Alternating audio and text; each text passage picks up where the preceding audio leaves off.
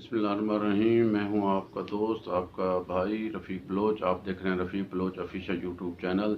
तो दोस्तों, शुरू में जब ये कोरोना वबा आई थी तो कुछ लोगों का ख्याल था कि ये अल्लाह का अज़ाब है और कश्मीर में होने वाले जुल्म के ख़िलाफ़ अल्लाह ताला ने ये अज़ाब नाज़िल किया है।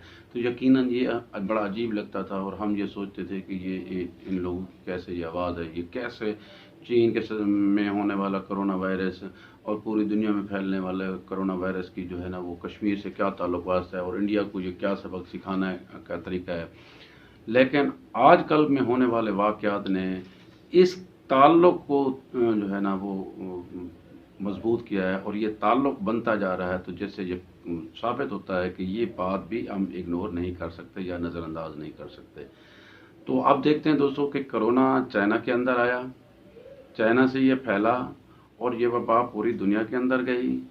अब उसी चाइना ने फिर इंडिया को जो है ना वो शिकस्त दी और उसके तकरीबन आपने सुना होगा कि लद्दाख में उनकी लड़ाई हुई और कुछ इंडिया के इलाकों पर चाइना ने कब्ज़ा भी कर लिया और उसके तकरीबन 20 से ज़ायद फ़ौजी जो है ना वो मार भी दिए और उसमें एक कर्नल भी शामिल था, जिसके ख़िलाफ़ इंडिया के अंदर बड़ा एक किस्म का रद्द-ए-अमल पाया जाता है। और इंडिया की जो अपोजिशन की जमातें हैं वो नरेंद्र मोदी पर शदीद तनकीद कर रही हैं और गुज़श्ता रोज़ जो है ना वो कांग्रेस के रहनुमा राहुल गांधी ने नरेंद्र मोदी को सरेंडर मोदी के तौर पर के नाम से भी पुकारा है।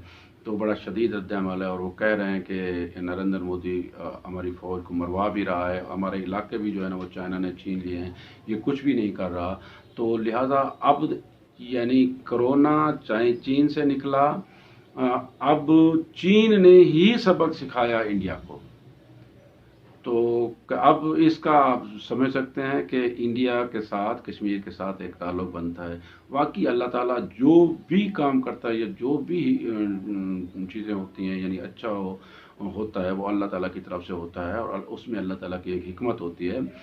तो कश्मीर के मज़लूम मुसलमान भाइयों की यकीनन जो सदाएँ हैं, जो फ़रियादें हैं वो आसमान तक पहुँची होंगी, अल्लाह ताला को तक पहुँची होंगी और उन माँओं, बहनों, बेटियों पर होने वाला इंडियन आर्मी के फ़ौज का तशद्दुद, तो उसने वाक़ई आसमान पे जो है ना अल्लाह ताला को जो है ना इस अज़ाब को नाज़िल करने में जो है ना एक काम किया होगा और सदाएँ गई होंगी। अल्लाह ताला को क्योंकि अपनी मखलूक बहुत पसंद है और अल्लाह ताला अपनी मखलूक से बहुत मोहब्बत करता है।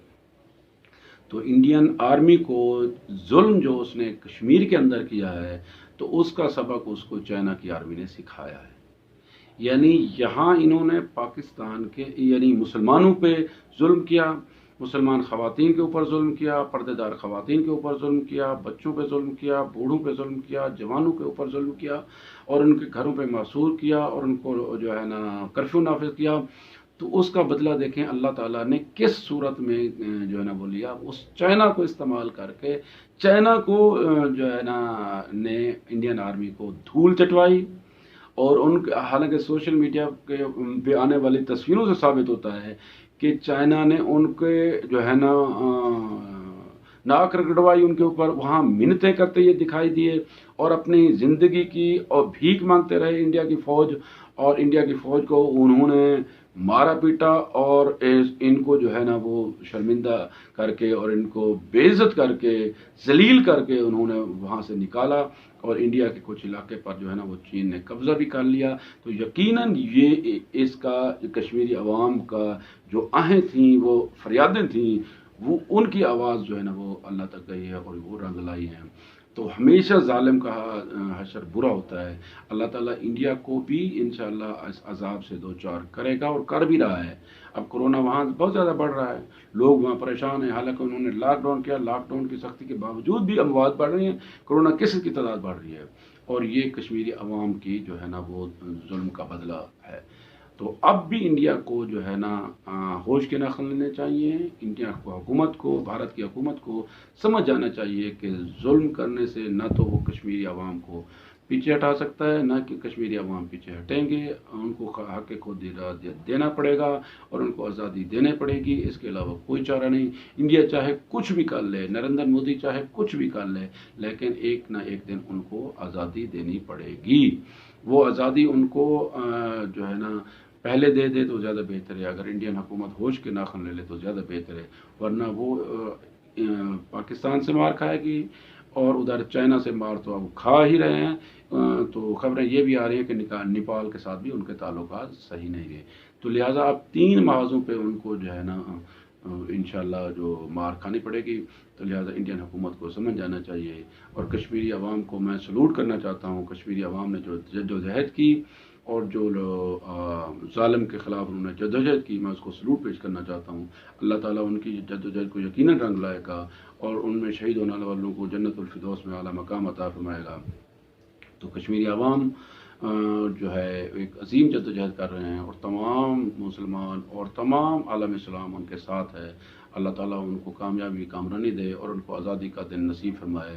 ظالم کا ہمیشہ انجام برا ہوتا ہے، برا آیا ہے، تاریخ گواہ ہے، اور جو ماضی کے اوراق ہیں وہ بھی اٹھا کر لکھتے ہیں. ظالم کا ہمیشہ حشر برا ہوتا ہے، اور یہ ظالم جتنا جلدی سمجھ لے اس کے لیے بہتر ہوتا ہے. تو اس دعا کے ساتھ اللہ تعالیٰ آپ کو، ہمیں اور تمام مسلمانوں کو اپنی امان میں رکھے اور ہمیں خوشیاں بانٹنے کی توفیق دے.